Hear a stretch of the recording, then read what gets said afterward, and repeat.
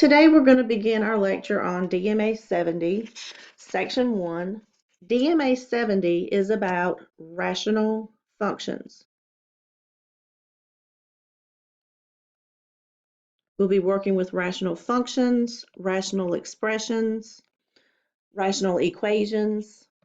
So as we're working with rational expressions, what you need to know is that it looks like a fraction.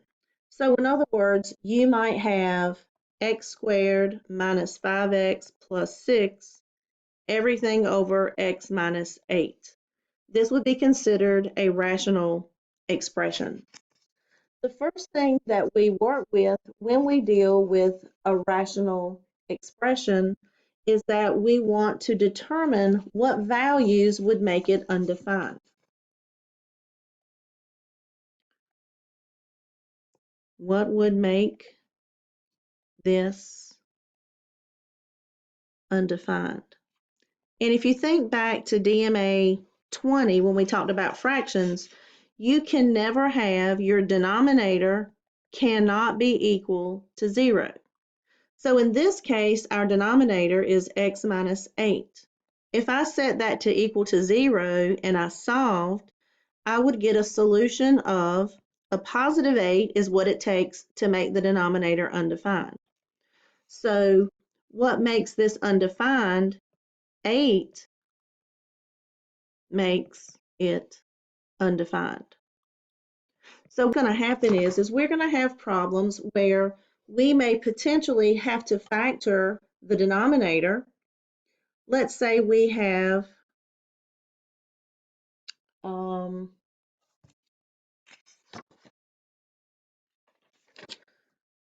x over x squared minus 25. If I want to know what makes this undefined, I'm not worried about the numerator. I'm just going to factor the denominator.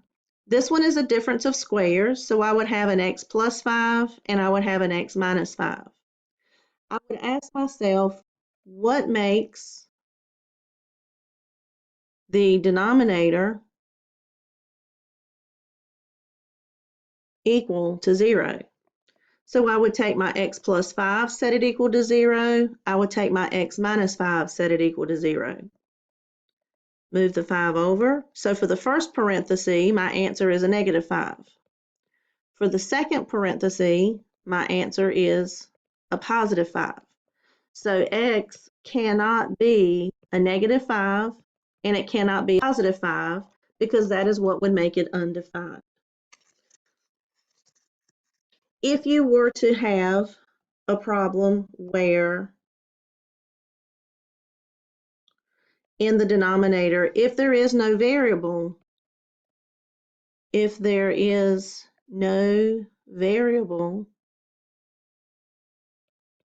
in the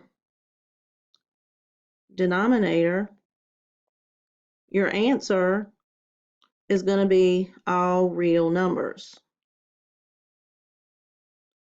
There are no exceptions because there's nothing that can change that denominator from being a 3. It's always going to be a 3.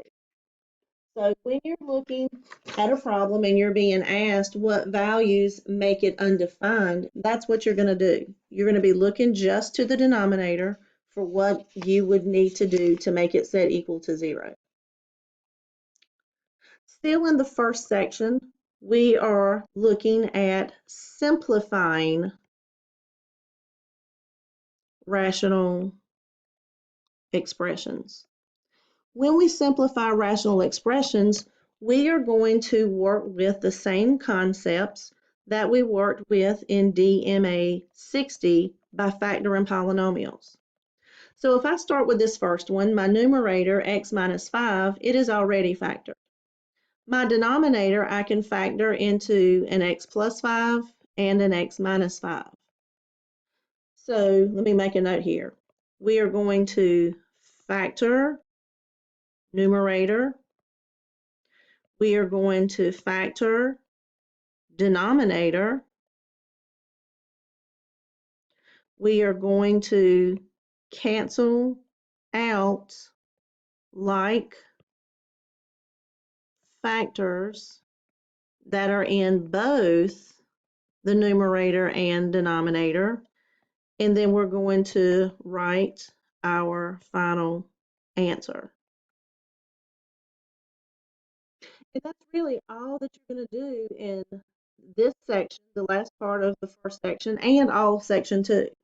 So we factor the numerator, we factor the denominator. What's in common that cancels is the x minus 5. That's identical.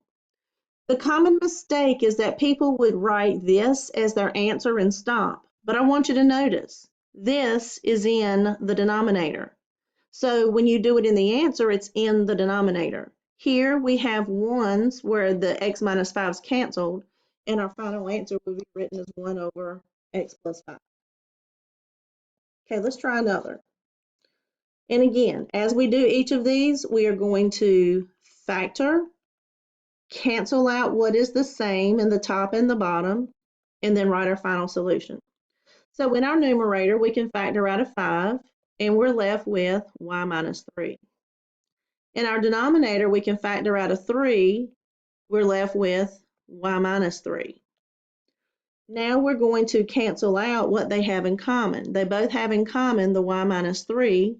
My final answer here is 5/3. Okay, let's say we have 6x squared minus 24 over 3x plus 6. Now in this numerator, remember the first step is there a GCF? Yes, we can factor out a 6. That leaves us with x squared minus 4. In the denominator, we can factor out a 3. We're left with x plus 2. In the numerator, I can still factor more. This is a difference of squares. That's going to give me an x plus 2 and an x minus 2. I've already factored the denominator. Now that I've done this, I'm going to look back and I'm going to see what do they have in common. They both have an x plus 2. 3 goes into 3 once, it goes into 6 twice. My final answer here is going to be the whole number 2. And then in the top, I just have the parenthesis x minus 2. Everything had canceled out that was left. Okay, so that's what we're still going to be doing here in this section. Let's take a look at this. Sometimes people will see this and think it's a little complicated, but it's not. You will see this same question on the test. As we look at this question, the numerator is already a factor.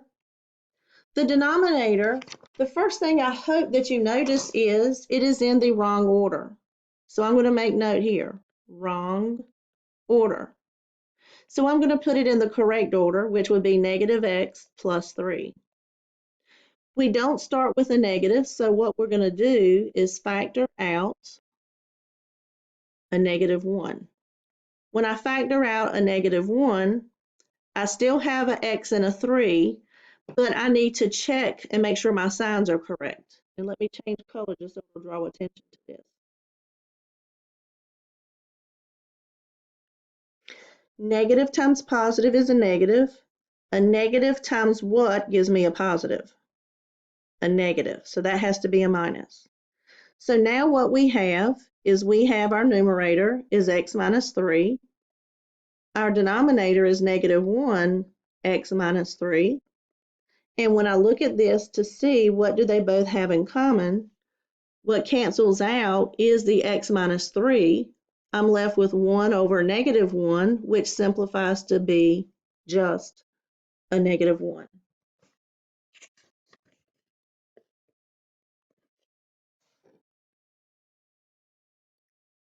Let's take a moment. Let's do one more of these.